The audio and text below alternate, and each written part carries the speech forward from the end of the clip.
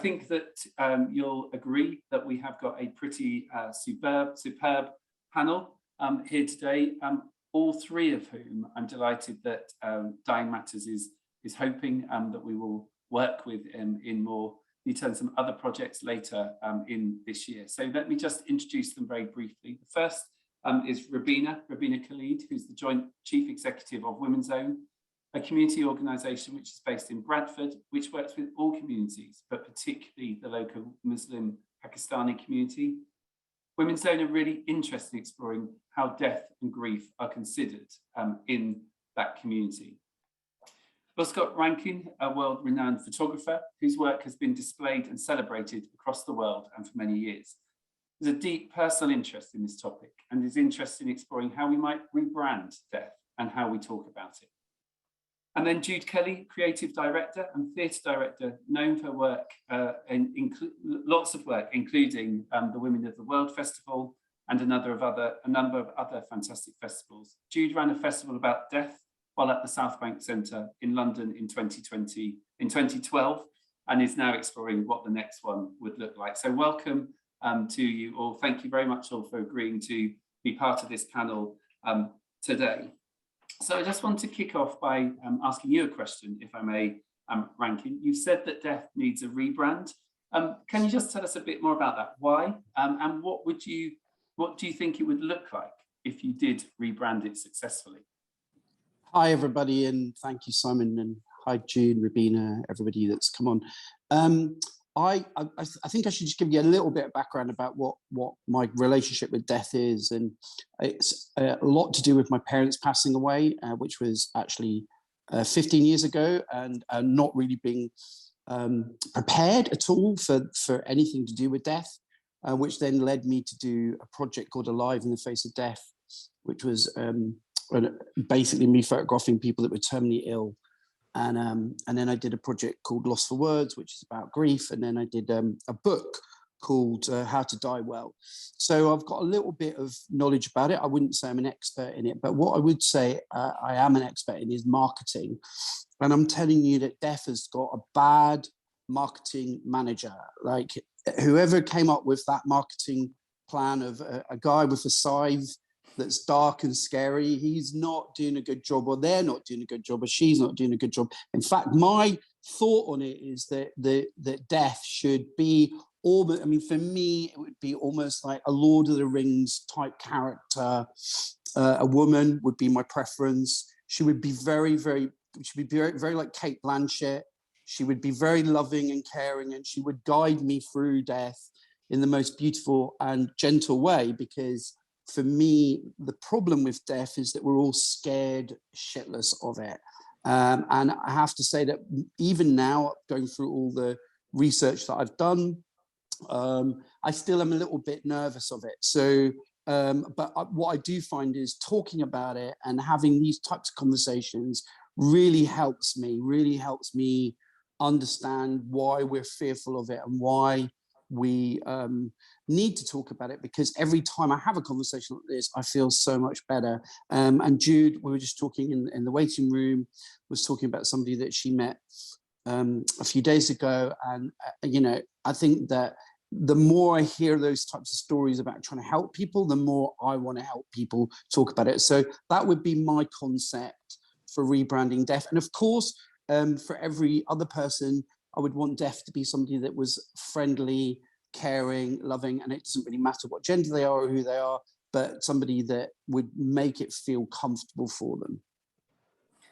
Wonderful, thank you very much, Rankin. And I guess, Jude, in having a festival of death, you would agree with much of what Rankin has said there, and perhaps have some further thoughts on you know, what was it when you set up the festival? What was your motivation? What were you hoping to achieve? Well, I think like Rankin and probably many people on the call, you know, you have your own encounters with death. I had two sisters who died. My son died a cot death, as it was called in those days. Other incidences, and I was not just unprepared, but inept at dealing with my way of communicating what had happened to me to other people. And then also, I didn't know how to process what was given back to me. And so, you know, and because I'm not a religious person, and maybe even if I had been in the particular culture that is the UK, I don't think I would have had the handholds that rituals and frameworks give you. There are other cultures that do it a lot better. So, you know, aware of how uncomfortable and inadequate we feel in the face of something that we all share, I thought, well, you know, most of the things that make us happy as humans are when we celebrate humanness. And what more human thing can there be than this shared knowledge of death? So that's why I created the festival, because people aren't frightened of festivals. In fact, they revel in festivals, they enjoy festivals, they expect festivals to be celebratory, they expect them to be adventurous and spontaneous, and they expect to participate themselves. And so, you know, I've enjoyed creating festivals enormously. And that particular festival, I decided to span everything from, you know, the way that Ghanaian coffin tradition makes it possible for you to be buried inside your own guitar, through to children from hospices talking about how they were helping their parents come to terms with their own deaths. It's such a vast and wide-ranging subject. And, you know, thousands of people came. Our marketing department at the South Bank Centre were nervous. You know, they said, well, this is a morbid subject. Why will people want to be there? But on the contrary, there was massive camaraderie in all different kinds of contexts. And that's led me to feel that I want to do a new festival, which I'm planning at the moment, because there's not a day goes by when something doesn't happen, where we need these kind of frameworks for being able to talk about death with each other compassionately, humorously if necessary, with more intelligence, and also, you know, not being afraid to raise the subject, and not being afraid to, well, look at it in terms of our own mortality, which I think our own mortality makes us kinder. You know, if we know that we have a limited amount of time left and we're prepared to look at that candidly, then it can change the way that we live our own lives. So all the things I'm saying are obvious, but, you know, I just think we have to cross the Rubicon and say, let's make it something which we talk about freely. There's one more thing I want to say as well, which was that there are many people on the call who will be experts and who've been involved in this area for years, maybe. And I was irritated that people thought of others who were involved in sort of death matters as a bit weird, because actually there's nothing weird about it. And so I wanted to get rid of the taboo for those people as well. Yeah, definitely. So I'll leave it there. Yeah. I think that's really important, Jude, and certainly, you know, I've been asked several questions about why I would be involved in a campaign which wanted to talk about dying, when wasn't it just best to be something that's left behind, you know, closed doors, when of course we know that that's absolutely not the case. And just before I come to you, Rubina, to talk a little bit about some religious frameworks, one of the things that I think I found really useful was Catherine Mannix's short video, the In My Humble Opinion piece for BBC, which Monica, I'm not sure if you can put it in the chat, but having somebody to explain the process of dying and make an equivalence to the process of giving birth, yeah, about death being a process, was incredibly helpful. And I've shared it so many times with people that who have also found it helpful. And of course, what we know about you know, lots of different cultures is that there are many different ways of addressing, and that might be a family culture, it might be an organized religion. And Rubina, would you just tell us a little bit about your work with the Pakistani community, and you know, often very directly involved around rituals around the end of life care and death. And you talked about some positive lessons from that. Do you want to just tell us a bit about that? I think, I mean, your question is quite vast, you know, the way you started, and I will try to cover it all. Yeah. But before I answer your question, I wanted to add my response to the rebranding, your first question. Being a Pakistani Muslim, you know, this is my experience with working with Pakistani Muslim community over 20 years now.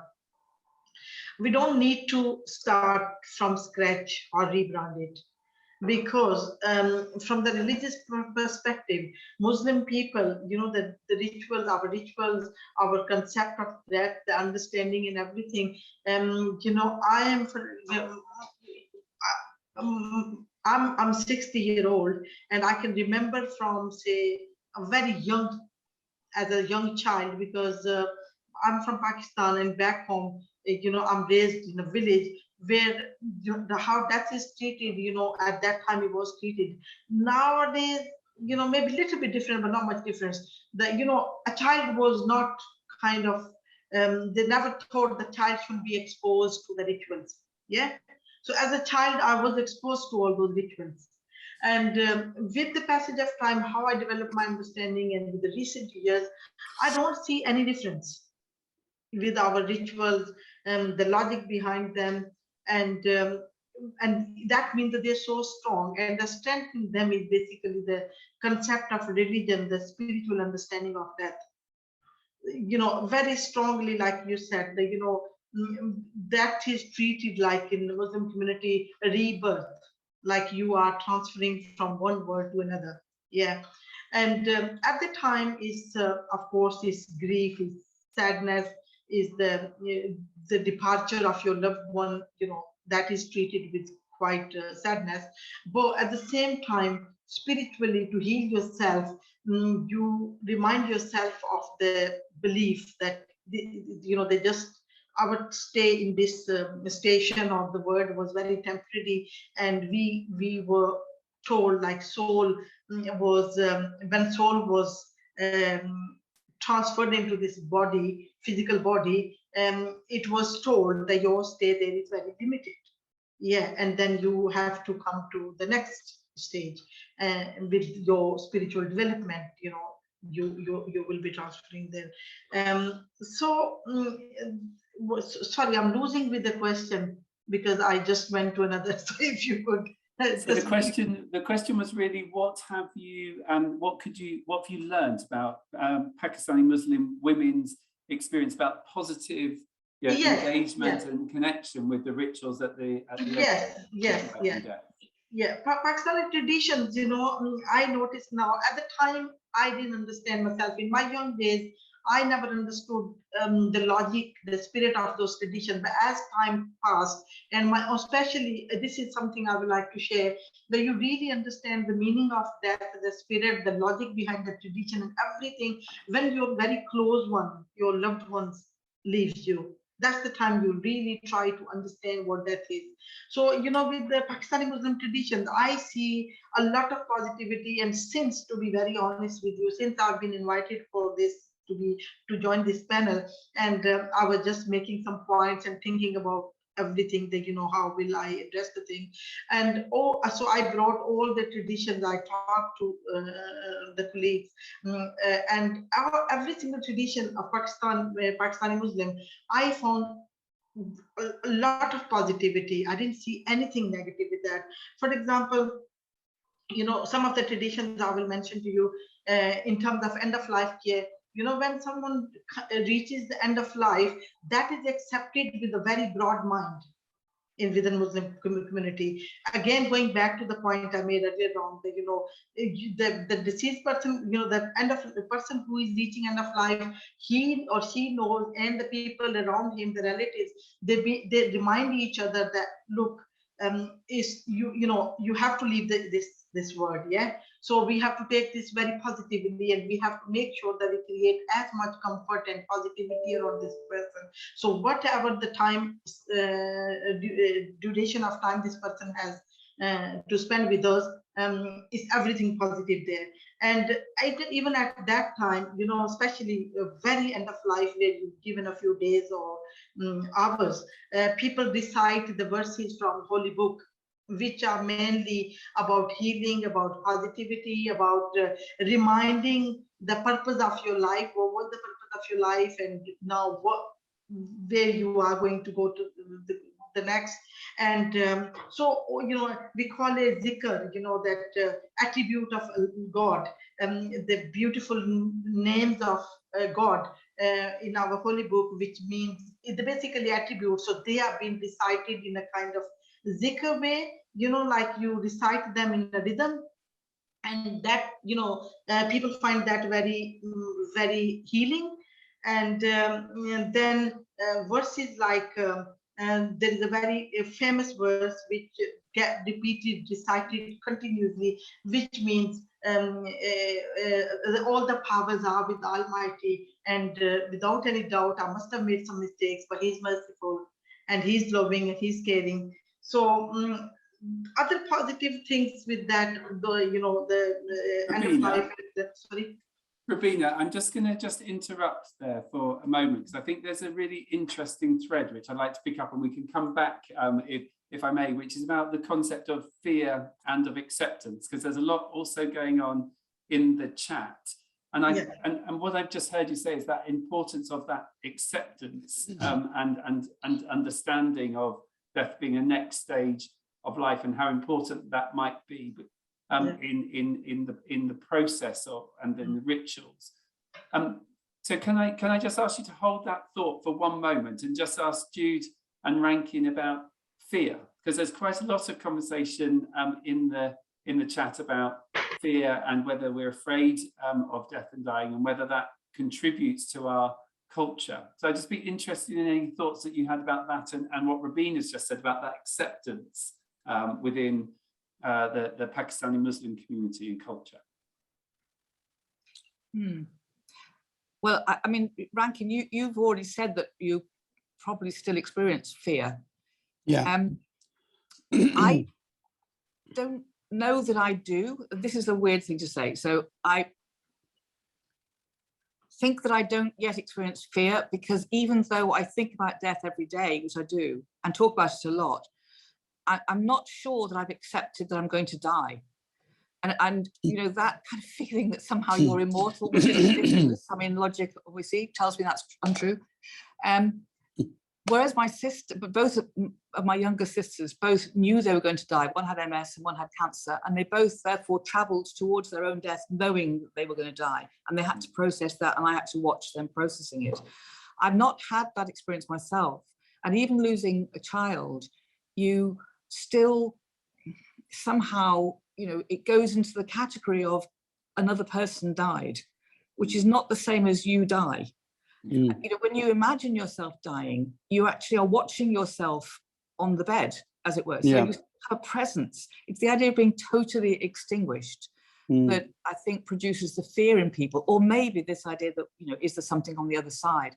But at the moment, I'm cultivating in myself lack of fear, because I think that kind of idea that we, you know, dust to dust and stardust to stardust, it is a joyful idea. And it's, my father always used to say, you know, you've got to leave because there was no room for anybody else. So I think I philosophically want to not be frightened, because philosophically it seems a generous thing to do, to work towards your own death. And that's not to say that I know how to do that. But I think that people who die well have that sense that it was privileged to live, and it's okay to give it away again. And I think that that's probably what, you know, without any religious framework, which I don't have, I think that's what I'm trying to mentor myself into. And I think that one of the great problems in societies is that some religions have been so punitive about being a human, you know, so full of venom in a way towards the idea of human frailty. And they've encouraged the idea that, you know, you will be a sinner and you will burn in hell, or any of those sort of images. And I think that cruelty about, you know, humanity, because we are flawed, and that's the joy of us in a way. I mean, I think that that's made death very difficult, because we've been told, you know, to fear it. And as Rankin says, we've got to get rid not only of the sides and the chap with the cloak, but all kinds of other images. All the other stuff, and you know, until we do that, I think that we're making it very, very difficult for people to sort of joyfully walk across the river. It's interesting, isn't it? Just before I come to you, Rankin, I remember we knew that Mum had a terminal, or we knew she had cancer, but we were told it was very far advanced, and so we'd had a sort of warning. But we went into the meeting where we were going to get further, the consultation, we were going to get further information, where we were told she had a very short time to live. And as we were walking to the car park, you know, we were tears, etc. And there is only one worse thing that could have been said, which was that you were going to be the person who'd be chosen to live forever.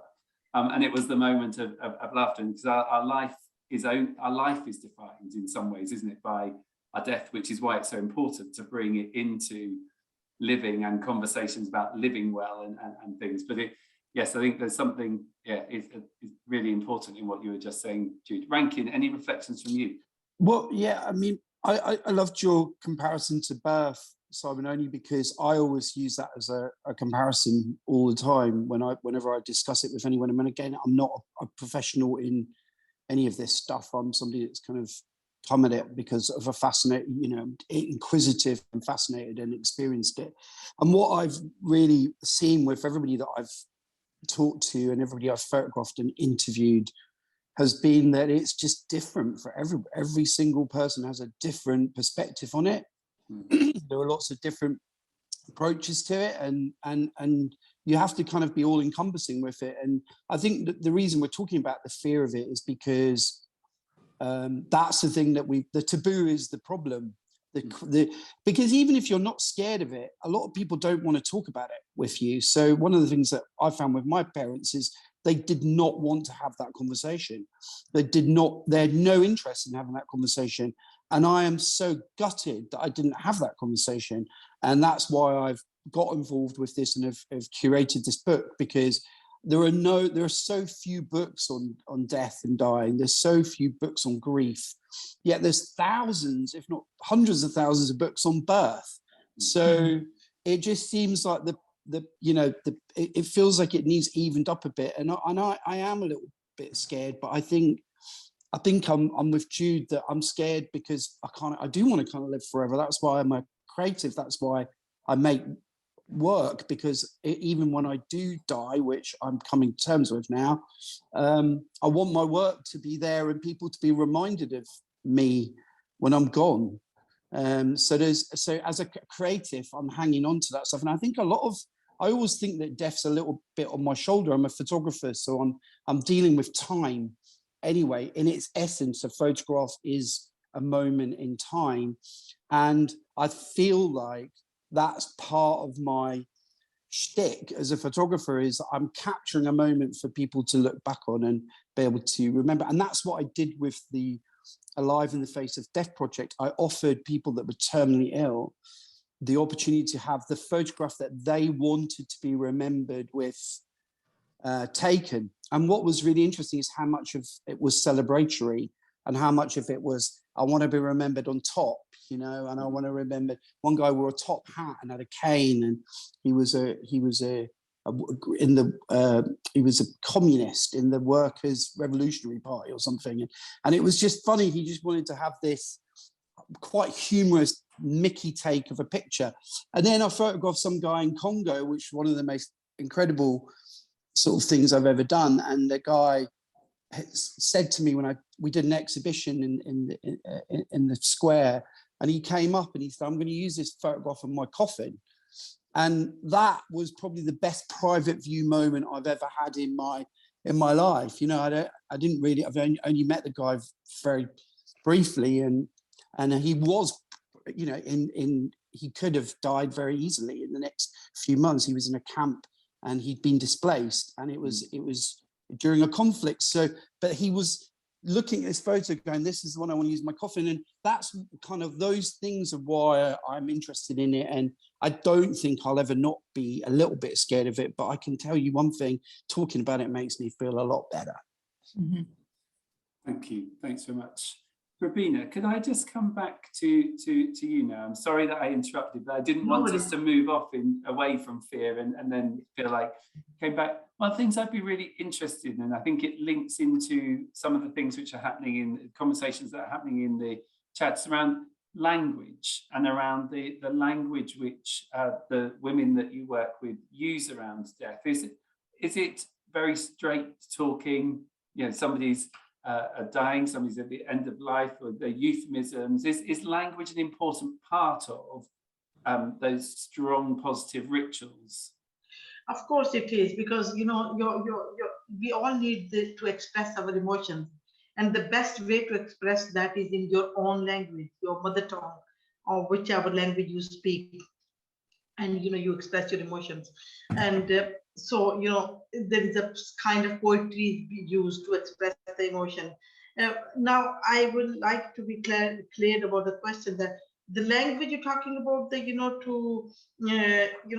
whole scenario of talking about death, the language is used. Do you mean yes, that? I was just wanting to talk, so whichever language it's using is the language direct. So I'm absolutely, I don't like people saying somebody's passed or we've lost somebody. I'm absolutely one of those people, but for others, whether for religious reasons, when you talk about somebody passing or losing, it helps to soften and for people to manage things. So it would be interested really in your view and the women that you work with, experience around language. In our community, like I mentioned in the first question, that death is accepted very, very openly. There is not much fear associated with this. Kind of, with your upbringing as a Muslim community, they make you used to with this. So you kind of get very prepared for that. So the language doesn't matter. We can very easily, I haven't seen people using a different language, and unless they use the poetic language is different. They talk more about the, the departure of the person, the loved one, or how they left, and like poetic language. But in reality, when someone dies, we can definitely very easily use this language because mentally we are so prepared and accepting it. But I tell you one thing, to my own experience, that when my father passed away, I was quite close with my father, and he was in army, retired army man. So as a child, I was always prepared that my father can die anytime because he's part of the wars, and so I should be prepared. So, like my family had put in my mind that you should always be prepared. Your father can die anytime, fighting for good cause, and then and you should be proud of him because he's looking after us all, the country and everything. How an army man's daughter. So I had that kind of teaching, and I was quite prepared for that. But again, I will say that each individual is something individual as well, how you treat that. When my father passed away, actually when he passed away in his mid-70s, I couldn't handle his death well. And when you said the language, so that's why I'm using my personal example. I was not using the word death for my father for a number of years. Indeed, after 6 years, definitely, because after 6 years, my mother passed away. Yeah. So that's where I started using word death. But when my father passed away for a good 6 years, I was saying, when my father left us, I was not using the word death. And I couldn't see his death certificate. For something, the official nature of work, I needed his death certificate. I asked my brother to email me that. When my brother emailed me that, when I opened the document and I saw my father's name and expired, and it shook me. And I asked my colleague, I said, could you please print that out for me and just put in a separate file for me? So you can't tell, even though whatever the language we use, but in community, going back to your question, in our community, I have not seen people using any different language. They're quite used to, they use it very easily. They kind of, the language they use, it is quite healing for the family of the deceased, that, you feel quite comforted and quite supported that your person is in a better place. Perfect, thank you. Jude, I can see you're wanting to come in. And then I want to add a second part to the question, if I may, once I've heard what you would say.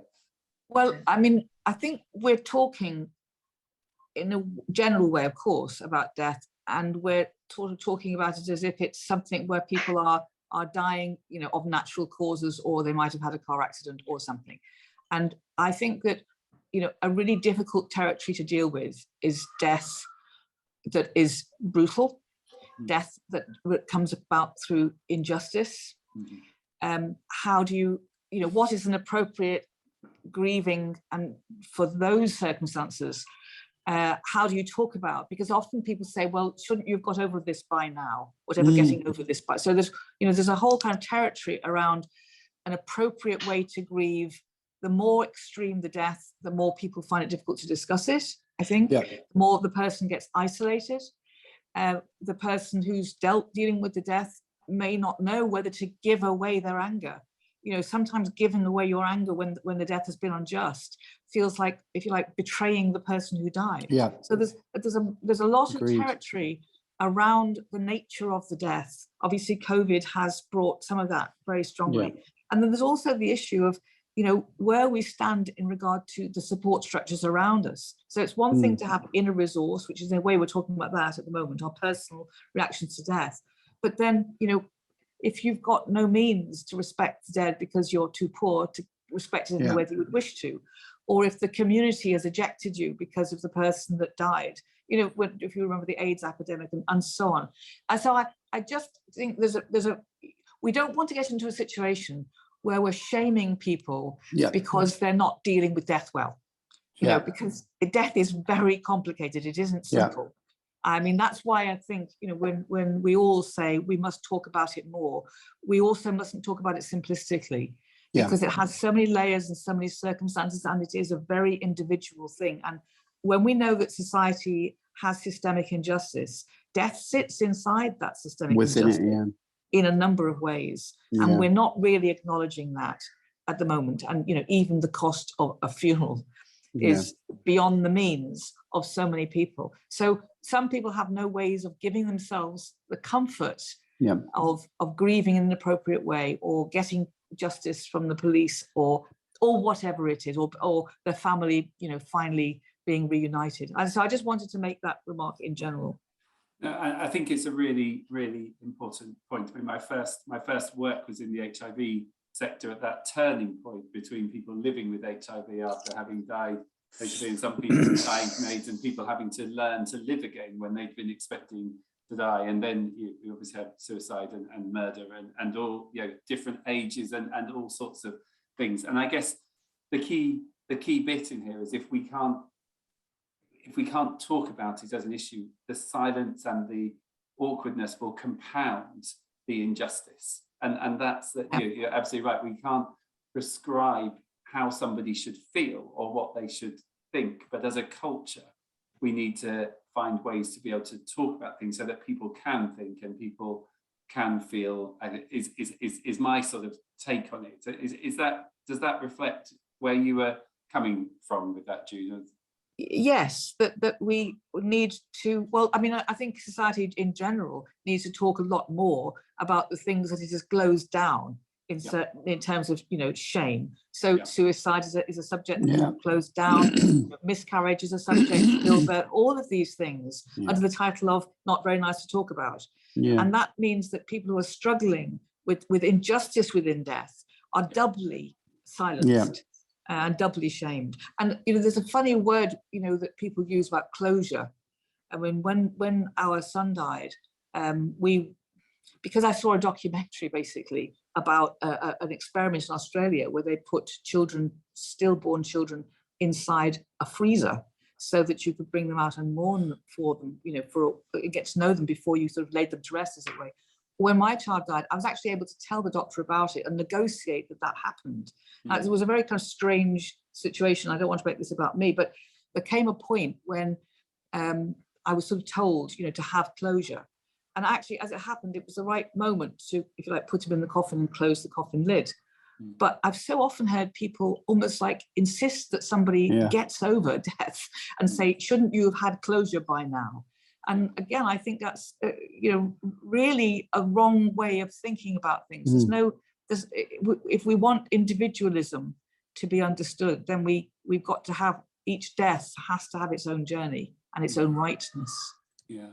And I remember when my brother died, the first thing that I wanted to tell everyone was that my brother had died. For months, I can remember it was almost like, you can't see me if you don't see that bit. My life had been disrupted in such a significant way, and I think we all have our own ways of dealing and thinking. Rankin, do you want to pick up on any of those points, and particularly about the work that we have been exploring in relation to sort of equality and inclusion, and recognizing that all is not fair, I guess, in life and death. I mean, I think the thing, what Jude's saying is so important, because it's, I mean, everybody that I've interviewed or photographed around this, their approaches, you know, it could be very, some of them would be funny, some of them can be really, really painful to listen to. And each of them is layered upon what was going on in their life, what the death was like, each has their own layer. And I think it is just incredibly complicated.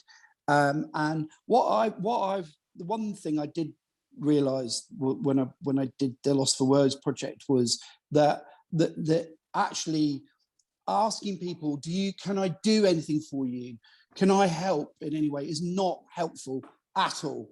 It's like the least helpful. What you need to actually say is, oh, I think I could do this for you, or how about I do that for you? And so you're not the person, because deaf, I find anyway, that what people do is they tend to project back onto you, and they make it quite hard work for you in a way. And it's interesting that you were talking about your brother, Simon, and saying that you want to tell everybody. I didn't want to tell anybody about my parents at all. I couldn't tell anybody about my parents. I couldn't even talk about it. Now I've talked about it, I want to tell everybody about my parents. And I really relate to what Jude was saying about closure. Like, I don't think I'll ever have closure. I don't want closure. I want it to be as open and as fluid and as kind of easy. One of my favorite things, I don't know if anybody else has this, is seeing my parents in my dreams. I love it. I welcome them in. I welcome anybody that has passed away or died in my sort of life circle, social circle, family back in, because being able to see them again gives me that opportunity to have that moment with them. And I think if I hadn't done all of this, you know, I would be more closed off to that and more contained about it. And, you know, I definitely don't think that my way is the right way. I think that whatever the person's way that they can find in it is the right way. And that really our jobs, and why I keep talking about it, is to help people be able to communicate how they feel about it, whether that's saying, I don't want to talk about it, or I've got no interest in talking about it, or all I want to do is talk about it. So, you know, that's kind of where my head's at on it most of the time. Yeah, great, thank you. I've got a really interesting point that's been made by Helen in the chat, which is around, you know, have we been better at dealing with this in the past than we are currently? You know, has something shifted in the last few generations for the worse, I guess, or not necessarily for the worse? Was there a time where it was more closely associated? So I was very interested in what Jude's saying about her child, because I really regret not seeing my parents more than that moment of death. You know, I wanted to really go back and see them again, and I really wish I'd been able to do that. And this kind of hospital doors, or, you know, wherever the person is, I find that really, really difficult. And I think that maybe in the past, or my thoughts of the past, is that people would be within the house and within the community, and being able to say goodbye in that way feels so important. So it's something that I really feel that in a Western British society, sort of British perspective, Christian perspective, it's like we don't, it feels like it's all hospitalized and anesthetized, and to me that feels like the wrong approach to it. And I don't think that's what it was like before the war. Can I just add to Rankin what he said? This is the difference. If you want to know the difference of Muslim, Pakistani Muslim community and British, this is the last point he made, is the difference. Because we as Muslim community, we do come together a lot more than ever before. Even though people have for example, they've fallen out with each other, but when death happens, they hear about someone reaching the end of life under, any illnesses, they come together. They support the family, not just the person who is reaching the end of life, the family, in terms of looking after them, their financial need or whatever their outstanding problems are, everything. And we talk more often about, like we've got this tradition in Muslim community of 40 days. So 40 days the family won't feel, and 40 days we know physically our body self-change. That's incredible. Yeah. So the 40 days the family is supported for, after the person has passed away, and everyone feel close, and they give them the commitments, if they need them after, they will be there. And then on every festival of ours, we go and support the family again. So we don't let the family feel alone. And while, if the person end of life, the person who is experiencing, we are near that person as well. So, and it's very beautiful traditions, we ask for forgiveness, the person asks for forgiveness, then we, the love and the care you see at that time, everyone seems reminding the message in their head that we should stay with this. This should be the connection in life. So I think that is the difference of British tradition and Muslim, and that's why we're not scared of that. We talk more about that very openly. Thanks, Rubina. And I guess what's interesting, in this moment in time, is we know that since the beginning of COVID, 67,000 deaths have happened at home. And through circumstance, some of them through choice, inevitably, but often despite the best efforts of lots of people, including lots of people on this call, the systems and the structures and the resources have not been available to make that the best possible experience for everybody. There will be a whole rate for every one good experience. There'll be another one that wasn't so good, and etc. etc. So I guess there's just a moment in time, isn't there, potentially, which is what we've experienced for the last 2 years. What is that going to teach us about the conversations we have to have about death? If I can just come back to you with that one, Jude. And I guess at the same time, there's a lot of chat in the chat about the over-medicalization of death and how we humanize and bring it. So just be interested in any reflections you've got. COVID, what is this moment, this opportunity we've got, and what might it take to learn from communities such as you're talking about, Rubina, or from others who've done it in the way that works for them? Well, one of the things I was reflecting on was that my grandchildren, who are nearly 3 and 4, they're old enough now to sort of have noticed that on the news every day, we discuss how many people died. Yeah. Now, obviously, we never did that, and we'll stop doing it because it was COVID related. But they don't know that. They think that this acknowledgement of deaths every day and the numbers is sort of the normal thing that society does, and I find that interesting. It doesn't scare them. They seem to think, well, that's interesting. And so I think that COVID has made us suddenly go, right, let's think about death every day in terms of numbers and quality of life and quality of death. And that is why I'm doing the Death Festival in November. I'm reviving it, excuse the pun. And it will be on in mid-November during the Remembrance Festival weekend, because I think that we should capture the moments when the nation and the world has thought about death collectively. I don't believe there's been another time like that since maybe the Great Wars, when everybody has been, as a whole world, been talking about death and commenting on and thinking about it. And something good should come from that, I believe. This morning, I was at a graduation ceremony, and there were 500 students getting degrees, and one dad picking up the degree for his son who had died of COVID at the age of 20. And it was a hugely emotional moment. Now, had that child died, as often happens, of course, in young people, of suicide, it might not have been such a collective experience. The sadness would have been there, the grief would have been there. But what happened really in the room was that there was such a sense of everybody knew somebody. Not many young people, of course, but that also was an incredible experience of everybody together.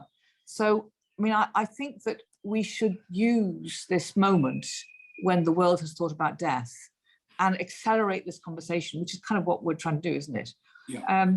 I notice on this call, there's so many more women than men. Might be the time of day, but I suspect it's also to do with this idea of, you know, making yourself emotionally available. Yeah. And emotional intelligence being something which can be valued. And again, I think that, you know, we've got to get rid of the sort of stiff upper lip idea, which was presumably very useful for men in death and war, but not very useful in terms of grieving and processing. Yeah, absolutely.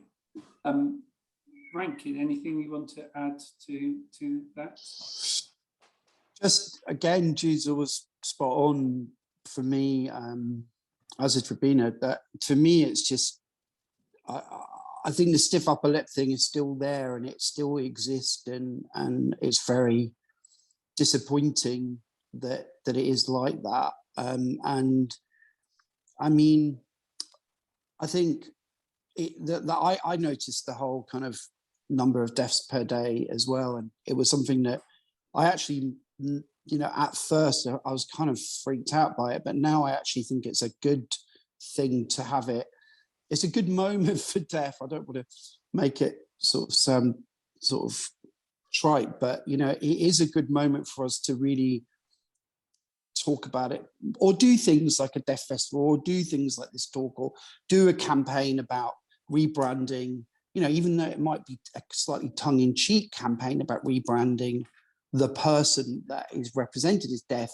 It would be such a talking point for us to be able to have a conversation out there that's quite, it probably is quite divisive, because everything we're talking about is being human, is you know, it does divide us. We're all different. We all approach things in a different way, whether it's religions or just perspectives or point of views, or politics. And especially at this time when, you know, social media is such a weird bubble, I do think that things like this and being able to chat about it in this way, we could really utilize this moment, because it is something we've all got used to talking about in the last 2 years.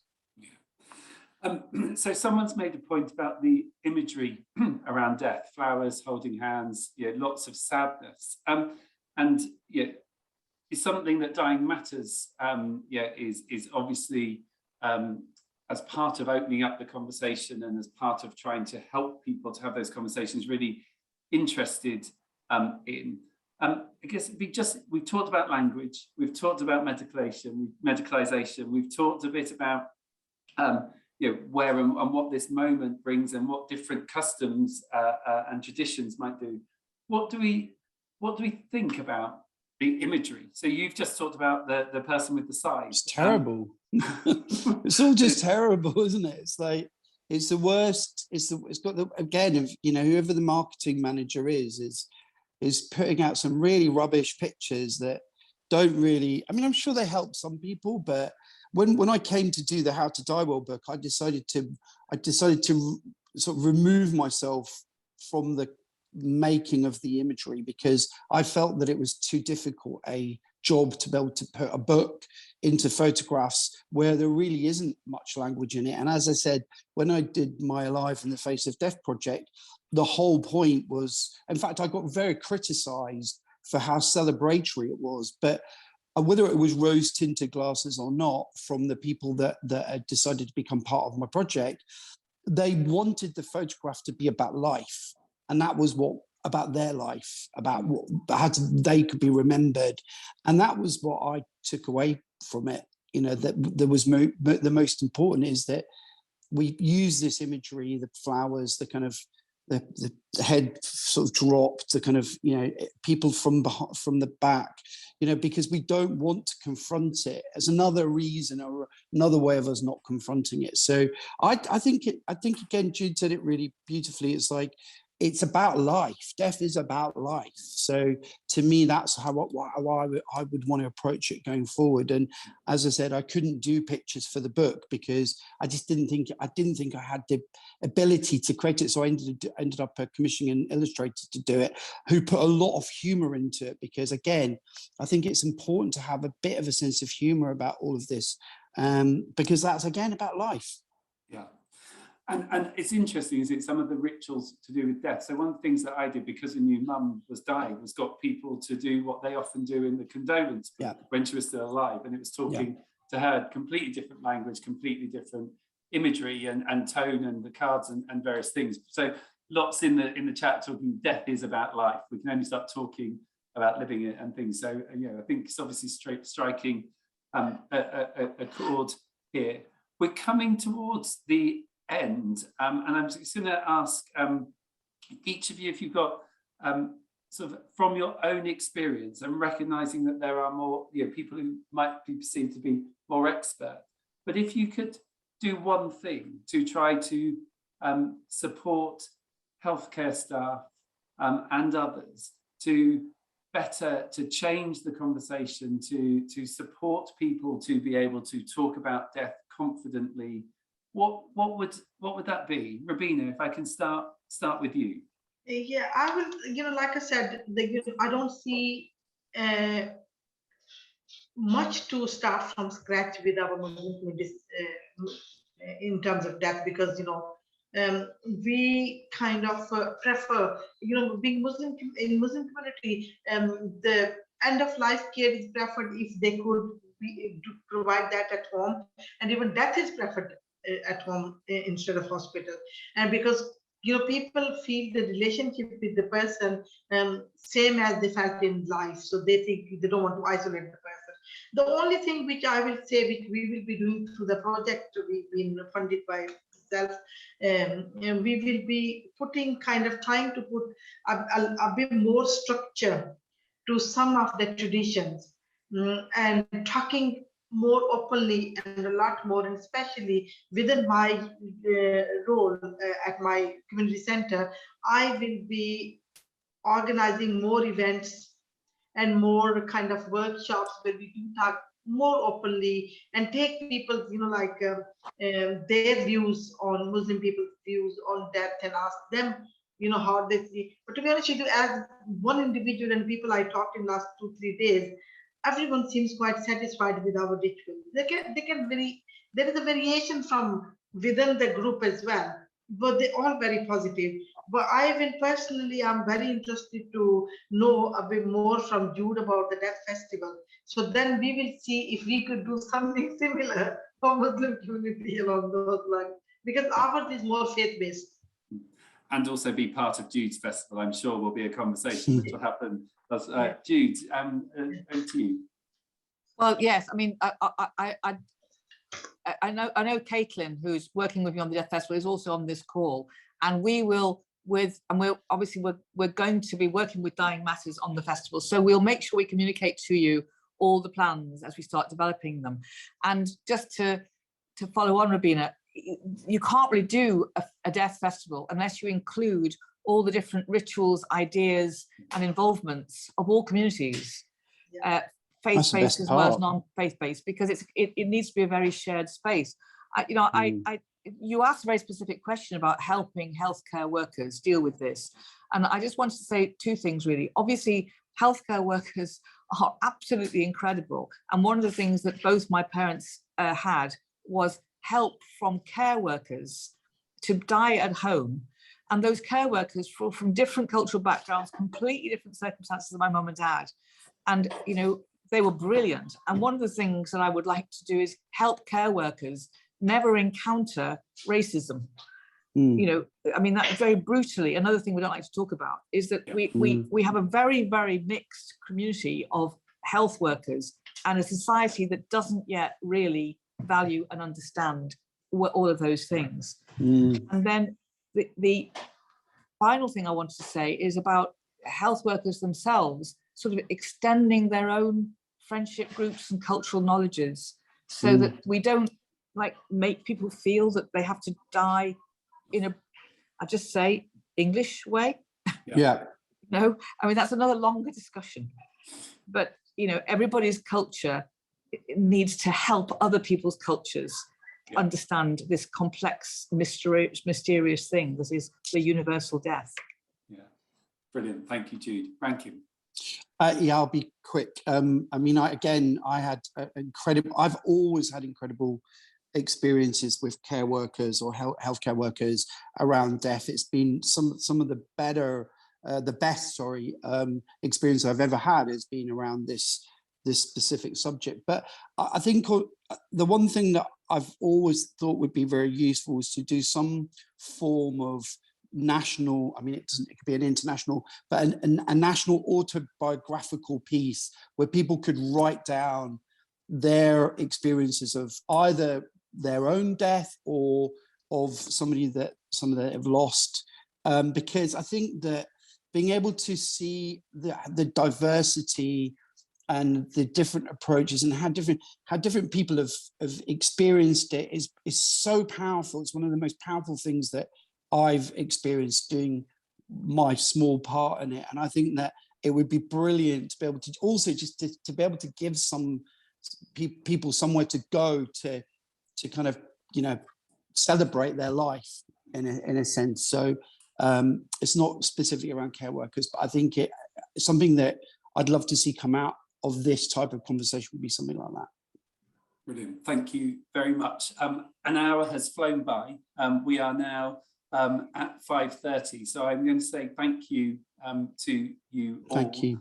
And I was hoping to give you all a last word, but I hadn't realised the last 3 minutes had gone quite so quickly. All I would just say from the chat is somebody asked about euthanasia and assisted dying and suicide, etc. I think, you know, the most important thing from a Dying Matters perspective is that we start talking, that we have the conversations, that we continue the conversations, that we listen to people's views, that we understand that talking about death doesn't make it happen. It doesn't necessarily make it easy. It doesn't bring closure, but it does make it really, really important that we have those conversations and it's easier for people to have their thoughts, their feelings, and to understand that diversity of viewpoints. So Rubina, Jude, Rankin, thank you so much for being brilliant panelists.